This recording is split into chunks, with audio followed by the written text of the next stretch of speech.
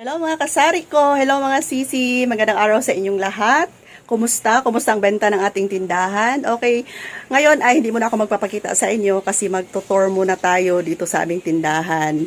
Okay, so mga ilang araw na mga sisi na hindi ako nakapag-vlog dito sa loob ng tindahan. So kunting tour lang muna kung ano yung mga update ngayon.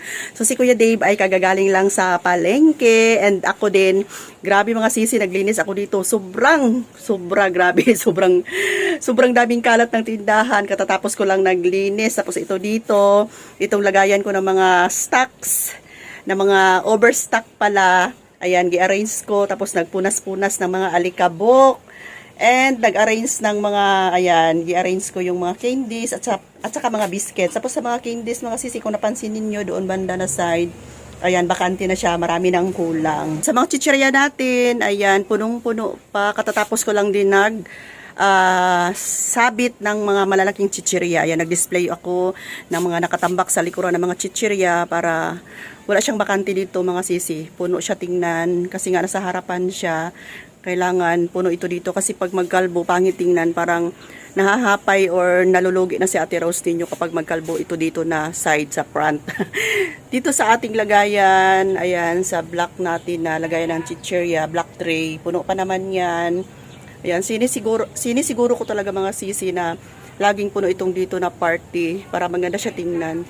Tapos, ito yung nabili ni Kuya Dave kanina sa palengke. Itong bigas namin, ang binibili namin is 25 kilos na lang. Hindi na talaga kami bumibili ng mga malalaking sako, yung 50 kilos. Kasi ito lang yung afford ng mga suki. And ang bigas ngayon mga sis ay nagbaba konti. 1,225 na lang na dati is 1,260. Kaya lang nakakalungkot, ang itlog nagmahal. Ayan, ito'y extra large na itlog. Bili ni Kuya Dave. Ito'y 15 trays. Tapos ito na lang yung natira kasi napakamabenta ang itlog. Lalong-lalo na sa umaga, mga ulam. Ulam ng bayan. 820 na ang itlog dito sa amin. XL. Pero benta pa rin namin ng 10 piso. Hindi muna kami nagtaas. Ayan. Ito lang muna yung price namin ngayon. 10 pesos lang muna. Tapos, nakabili si Kuya Dave kanina ng plastic. Nagaya namin ng bigas na tig 3 kilo o 2 kilo. Ganito siya kalaki mga sisi ko. Napakanipis na ng plastic ngayon. Ayan. Isang bundle or isang pack. Tapos, para sa ice tubig or sa yellow, ito ay para sa yung mga may bibili. Ayan, ito yung ginagamit namin. Tapos, ito din isa. Ayan, para to sa mga customer kapag maubusan ako ng mga extra ko na mga plastic doon.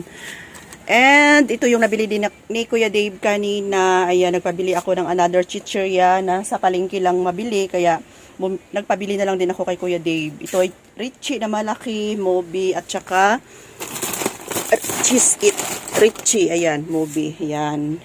And, nag-add na rin si Kuya Dave na mga chanelas. Ito, 3 dosenang chanelas yan, mga sisi ko.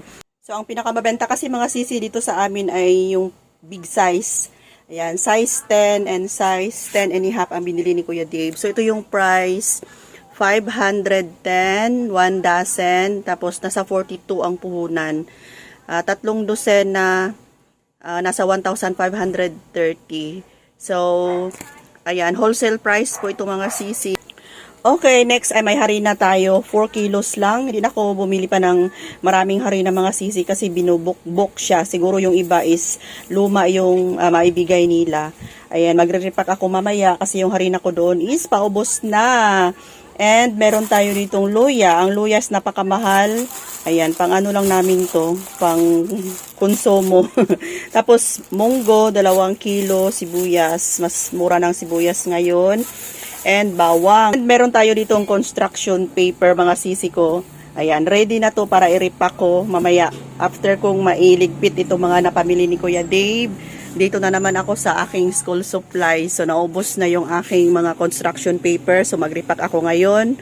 Ayan, ito na lang yung natira. Isa na lang. Tapos, si Kuya Dave kanina, inutusan ko siyang mag-repack ng mga bond paper kasi napakamabenta ng bond paper ngayon mga sisi ko. Tig sa 10 pack ang binibili ng mga kabataan. Ito ay short, long, and meron din tayo ditong A4. Ayan, kariripak lang ni Kuya Dave ito lahat. So sa construction, di alam ni Kuya Dave kung paano, ako na lang yung bahala. So ubos na rin yung ating Oslo paper dito at saka yung wrapping paper. So sa sunod na araw ay ito pa, may mga kalat.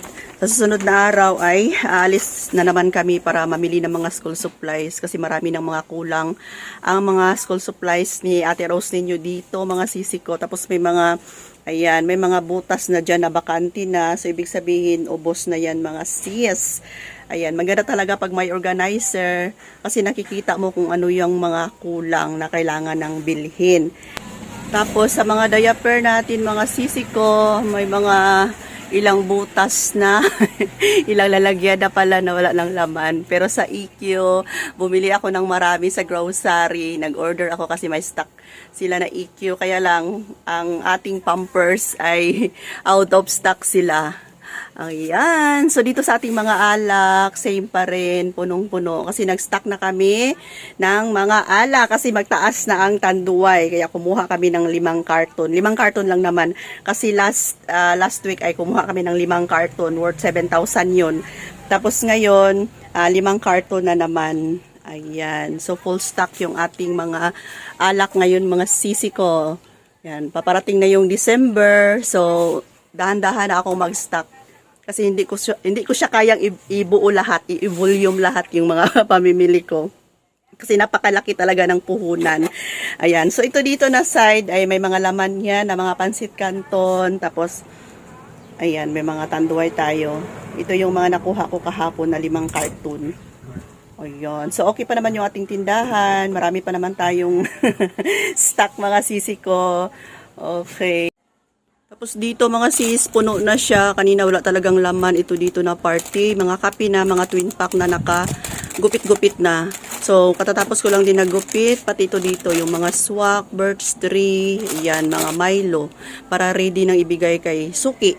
And dito sa mga dilata, may mga dilata na tayo na kulang na siya. So, need ng bilhin sa supermarket.